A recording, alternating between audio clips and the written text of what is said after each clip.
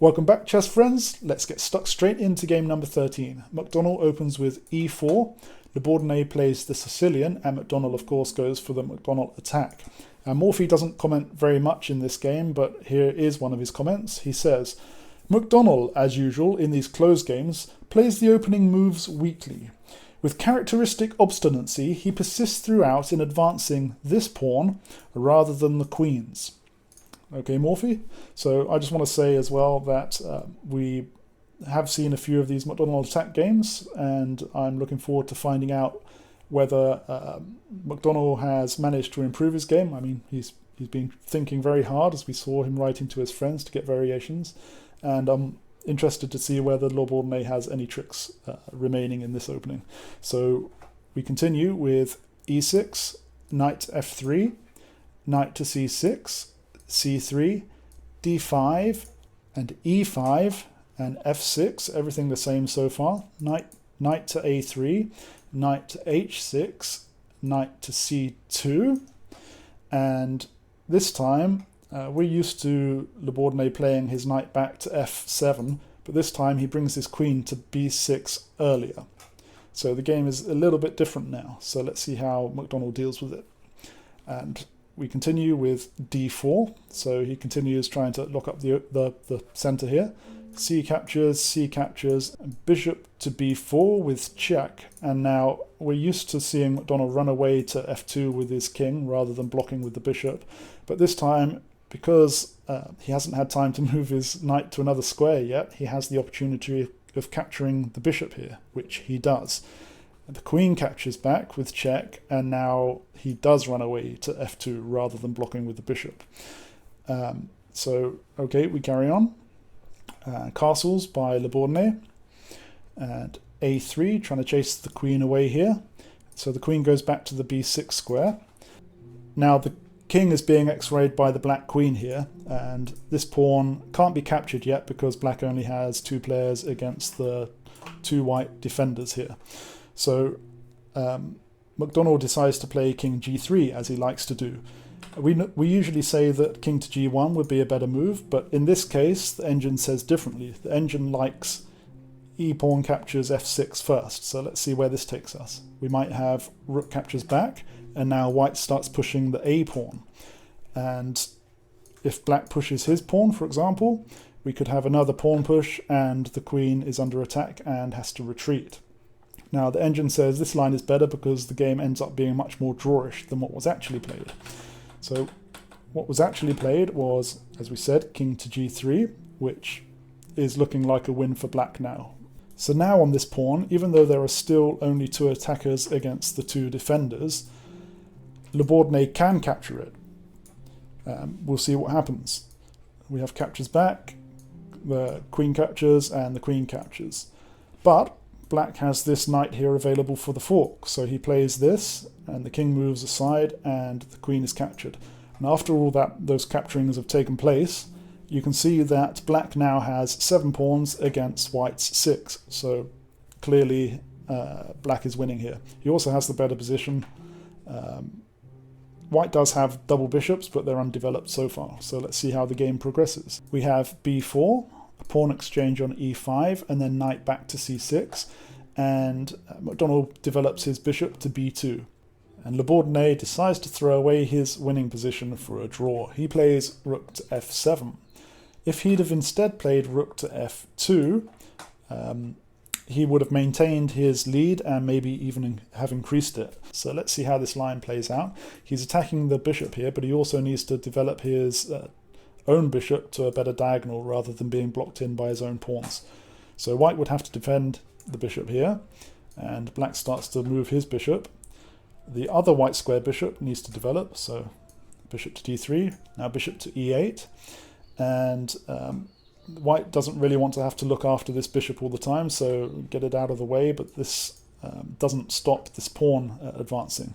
Now white can chase the rook away here, so he'll do that first, and the rook will go back to the back rank, and now the bishop's still under attack, so it has to move. And then we have finally the dark square bishop coming out to a better diagonal, and this forces an exchange. And we could have an exchange of rooks, and when all is said and done, Black ends up with 2 strong pawns up the center, which is more than enough needed for him to win. That didn't happen, as we said. Le Bourdonnais isn't one for spending a lot of time calculating, so he actually played... sorry, we'll get back to the position. He actually played rook to f7, and the game continues. Rook to b1, bishop to d7, trying to develop the bad bishop and also let the rook out. Bishop to d3, queen's rook to f8, king's rook to f1, a6, and king to g3. Now it looks like an exchange is probably going to happen on the f1 square, but Le Bourdonnais really should resist it because it's going to mean that he's getting closer to a draw. So what does he do? He goes for the draw. Rook captures, rook captures, rook captures, and finally bishop captures. And now the moves from this point are basically the 2 players trying to maneuver around each other, trying to gain some sort of advantage.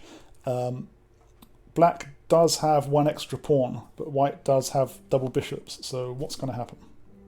Knight to e7, bishop to d3, bishop to e8, king to f4, bishop to g6. He's offering an exchange here, but this bishop wants to stay on the board. Bishop to e2, bishop to e4 is now attacking this pawn, so g3. King to f7, trying to get towards the center. White's king is already quite centralized, so black will need to fix this. Bishop to d1, and from here McDonnell will be able to play it up and down the diagonal here, visiting each square as required. But for now we have h6, h4, knight to f5, h5, knight back to e7, g4, king to e8, and bishop to d4. And now pushing the g-pawn, we have pawn captures and knight captures with check. So the king has to move, and now bishop to d3, bishop to a4. So now we're seeing this action along the diagonal here. This comes with check. King to e7, and bishop back to d1. King to f7, bishop to a4 again. Knight to e7, king to h4. b5, chasing the bishop, so the bishop again moves to d1. Knight to c6, threatening the dark square bishop now, so it retreats to b2. King to g6, king to g3, a5, captures, and knight captures. King to f4, knight to c4, attacking the bishop and the pawn, so the bishop moves back to c1, but keeps an eye on the defense here. And now Le Bourdonnais plays bishop to b1, which I find visually appealing with all the bishops on the back rank. But it doesn't last long. We continue with bishop to b3. It's still moving up and down the diagonal here, as we mentioned earlier, and bishop to d3. And now again, this same bishop up and down the diagonal, d1, and we have king to f7. Bishop to b3 again, but now Le Bourdonnais tries to make something of his extra pawn, and he pushes it to d4. So remember, he's still a pawn up, and this one is a passed pawn. McDonnell ignores it and pushes a4, and we have captures on a. And again, this bishop's still keeping an eye on this diagonal, visiting all these squares as he needs to.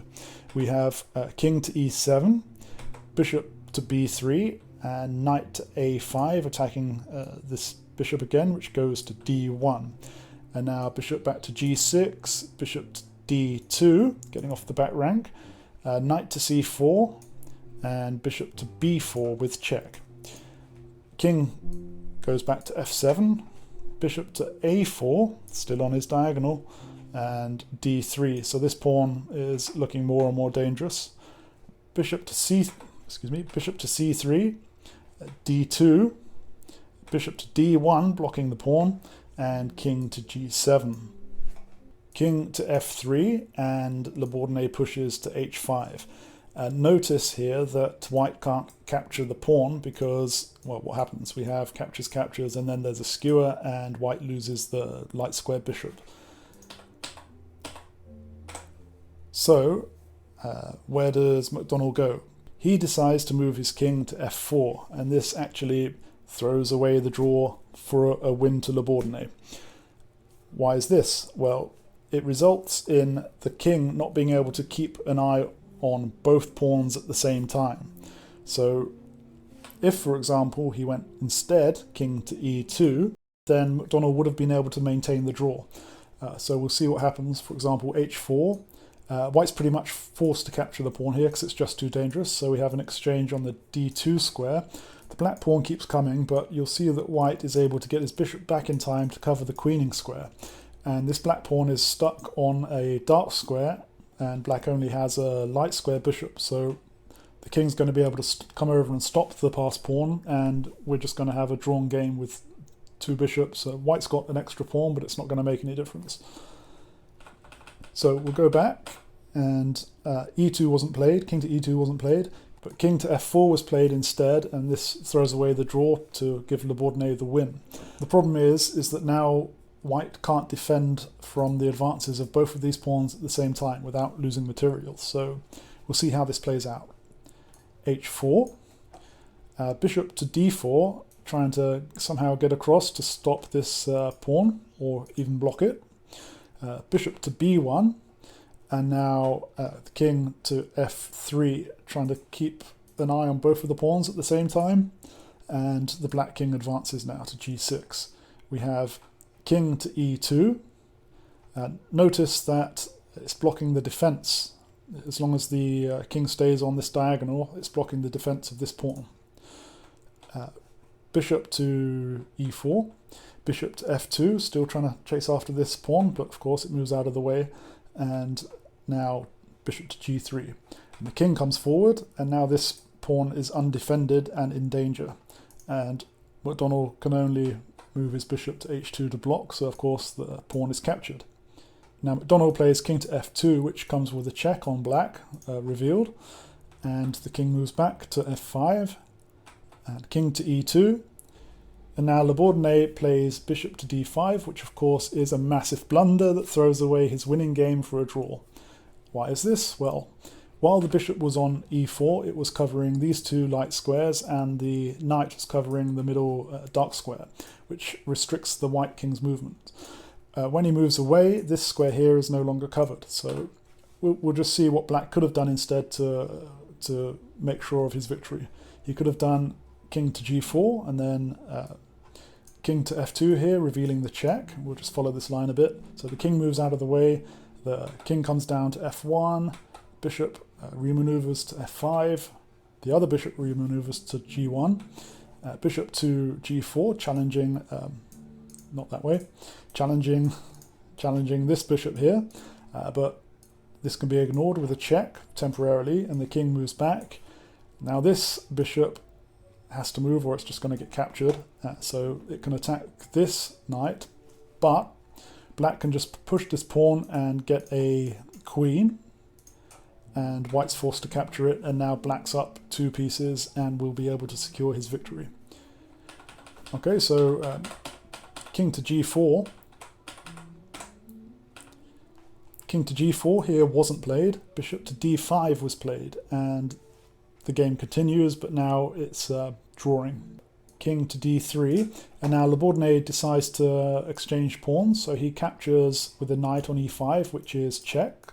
So the king captures on d2, moving out of the check, and now labourdonnais plays his knight to c6. And Morphy finally wakes up for his second and final comment of this game. He says, knight f3 check would have produced an exchange of pieces, but would not have won the game as the remaining bishops are of different colours. Yeah, so you might think that 2 pawns here is enough for black to win, but it's not. White can defend from this easily because of the different colour bishops. Okay, so knight forking here wasn't played, knight to c6 was played instead. And we continue, king to e3, and labourdonnais of course pushes his passed pawn to e5. This could be dangerous for McDonnell, so he needs to watch out. McDonnell plays king to f2. We have bishop to g2, and now king to g3. He wants to corner this pawn and force an exchange here. King comes to e4, and as we said, the bishop goes to g4. King to e3. He is aiming for one of these squares to put his king on so he can help the pawn across. but we have an exchange now on h3, and the pawn keeps coming. King to g2, coming out to try to defend. King to e2, bishop to f4, knight to e7, remaneuvering, bishop to g5, threatening the knight, so the knight moves to f4, and f5, bishop to f4, and knight to e3 with check, and the king moves out of the way. And at this point, both gentlemen agreed to a draw. And so that's our fourth draw of this match, and the game scores remain at 7-2. And of course, this is a match of 21 games. It's the first to 11 will win the match, and draws don't count. When they get a draw, what they do is they just keep the same color pieces and try to get a winner again. So in game 14, we'll see McDonnell with the white pieces again. And so I look forward to seeing you at game 14. Bye.